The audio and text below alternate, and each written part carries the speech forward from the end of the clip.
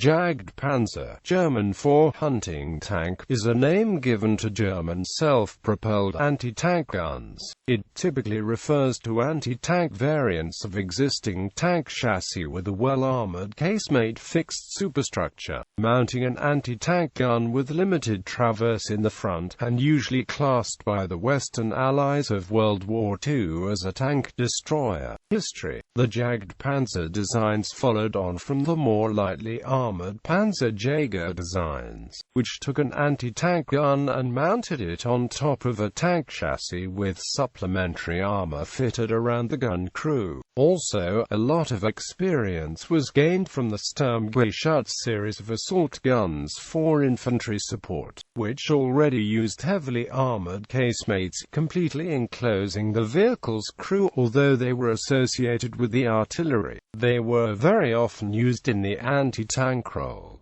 Tactical use: on the battlefield, the Germans sometimes had to retreat or try to feign one. Their line of retreat would then preferably pass the location of their anti-tank units, who would use the superior firepower to stop the enemy, perhaps even make possible a counter-attack. Due to the lack of a turret and the armor being concentrated at the front, the ideal combat situation for Jagdpanzer units was in the planned ambush, and the skill of the commander of such units lay in correctly choosing and preparing such places long before needed. Types: notable tank destroyers of World War II in the Jagdpanzer classification include Jagdpanzer 38, sometimes known as Hetzer, based on the Panzer 38 tank. Jagdpanzer IV, based on the Panzer IV tank. Jagdpanzer, based on the Panther tank. Ferdinand Elephant, 88mm pack-on Porsche Tiger chassis, but only bearing the earlier Panzerjäger designation. Jag Tiger, based on the Tiger II tank, with the Sturmgeschütz 3 often used for such needs, the earliest operational turretless German AFV to have a fully casemated hull.